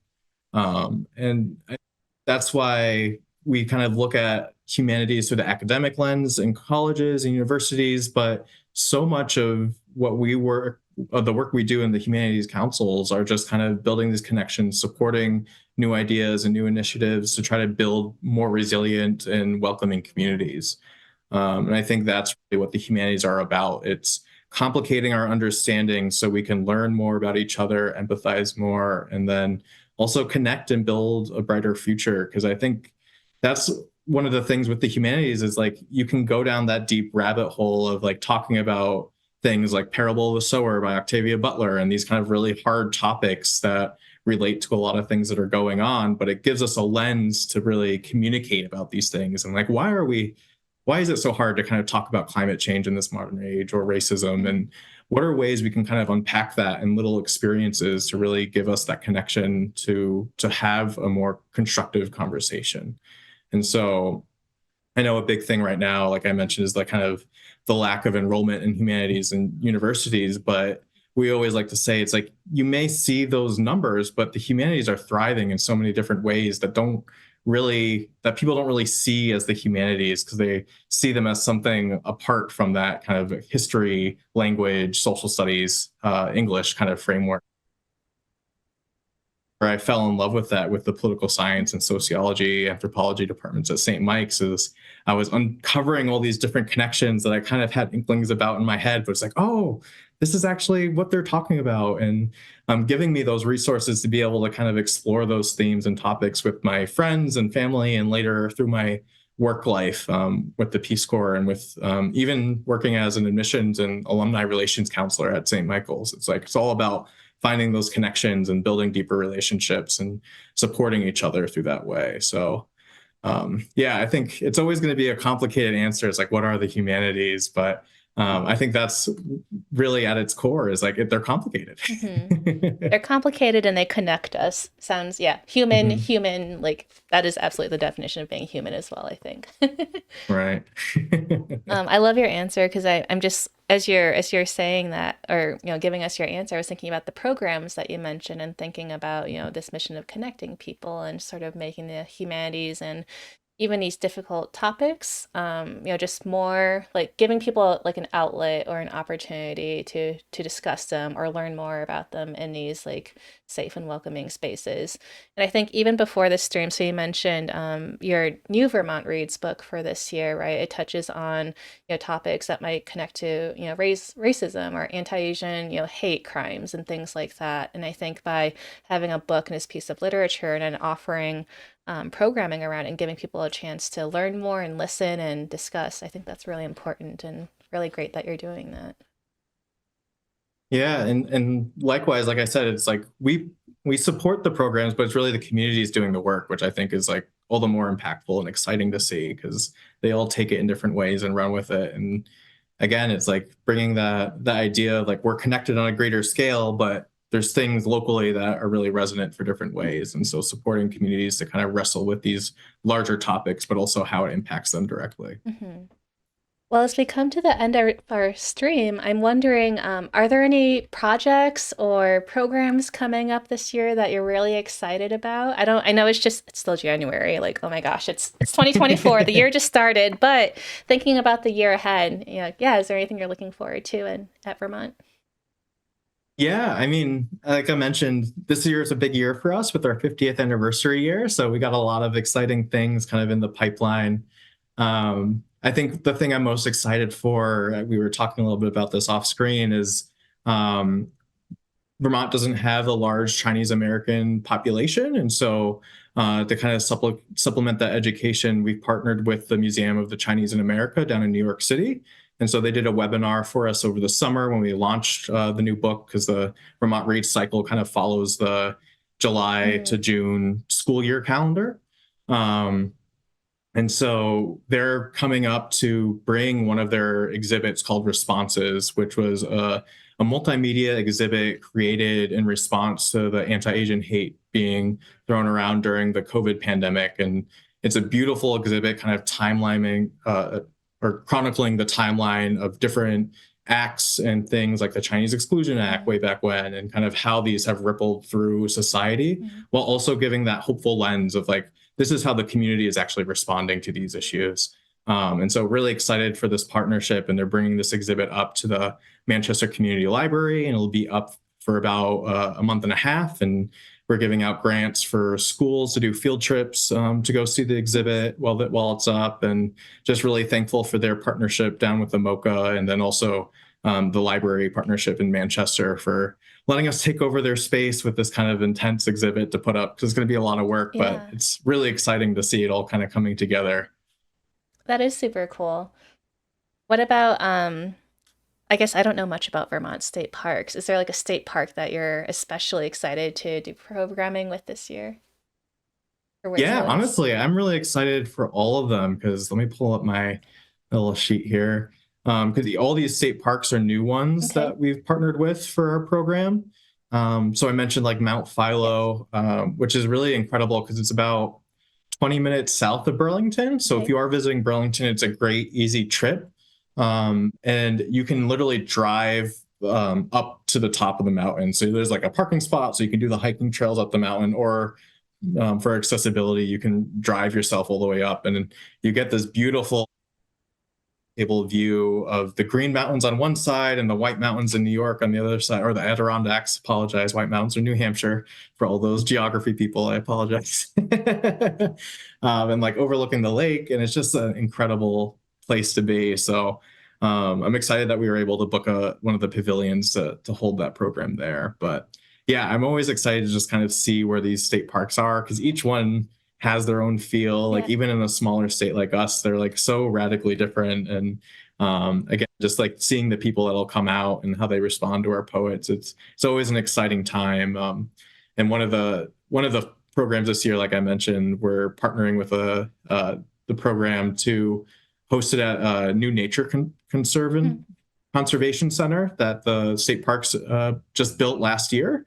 So that'll be one of our 50th anniversary events, is kind of highlighting that new nature center with one of our poets, which will be really exciting. That is really exciting.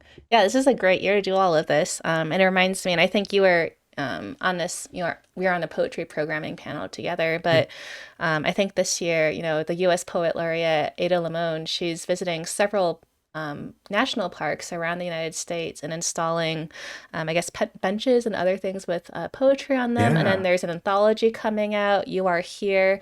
So yeah, this is just the perfect year for poetry, like in the parks and outdoors, and yeah, really right. exciting. I know, and I'm always so impressed by the work you all did with the book, Oh, where it's like thanks. the art and poetry book. Like I want to try to replicate that in Vermont, because art and nature are something that's so resonant with our state, and so I think it would go off really well. But Oh, might be a few more years in the making. But I have high hopes that we can pull it off at I some think point. you can.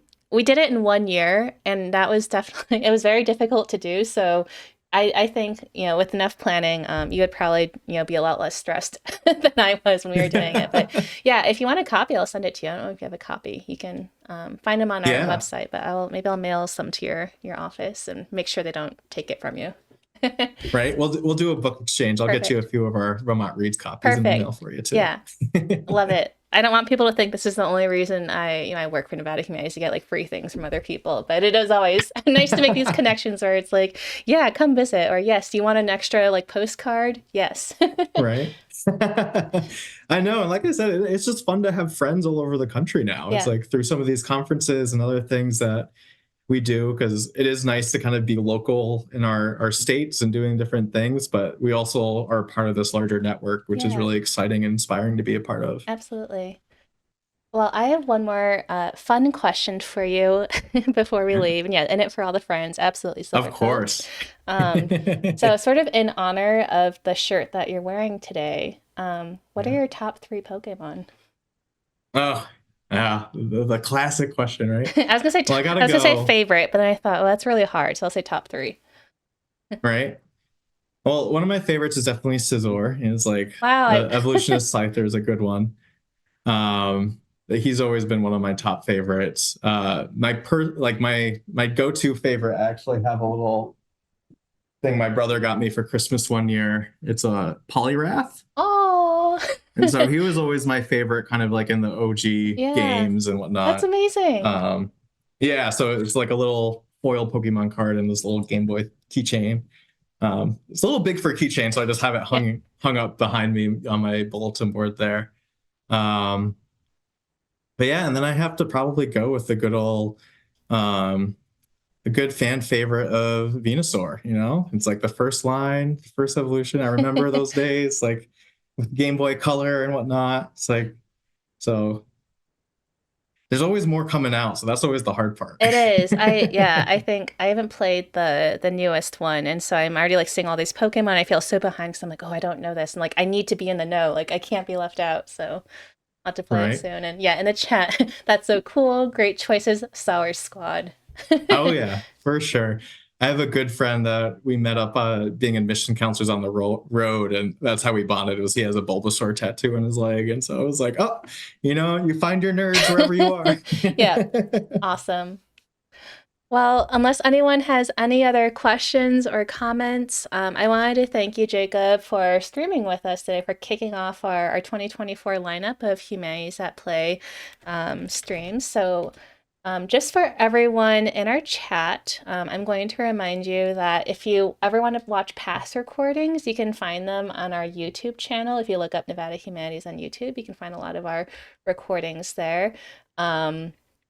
Also, we have a list of events on our website as well as a schedule on our Twitch channel if you want to check out some of our upcoming streams. I'm really excited for the next couple. So, actually, a week from today on February 1st, we're going to have another Humanities Council stream with Gigi from New Jersey.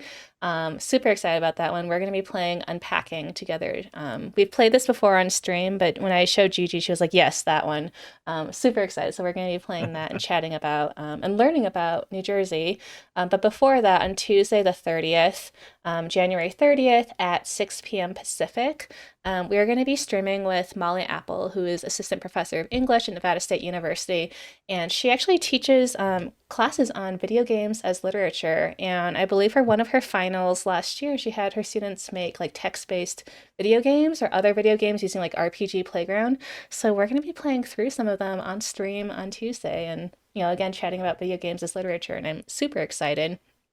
And then just last of all, if you check out our February calendar, we're going to start doing some more United We Stand Humanities at Play streams. So these are streams where we're hoping to combat hate-based violence in the US and promote more social cohesion, foster cross-cultural understanding, and just get people thinking about all these issues that are really important in our community. So really excited, and I hope people stick around. But again, Jacob, thanks so much for hanging out. I'll send you this recording, the link on YouTube when it's up, and I'm gonna definitely, hopefully, go to Vermont someday so I can get. Do they have maple flavored creamies? I think that's what I want. Like, Of course, yes. the That's like epitome. every general store kind of has one, especially kind of during the summer when the heat comes, right? It's like I know you're not with Nevada have a lot more heat than Yep. we do, but Okay, I'm gonna but no, keep thank that you in so mind. much for Yeah. having me here. It was so much fun and it's an incredible program you're running. So thanks for Yeah. inviting me. All right, everyone. We'll see you next time. Take care. Have a good one, everyone. Thanks for joining.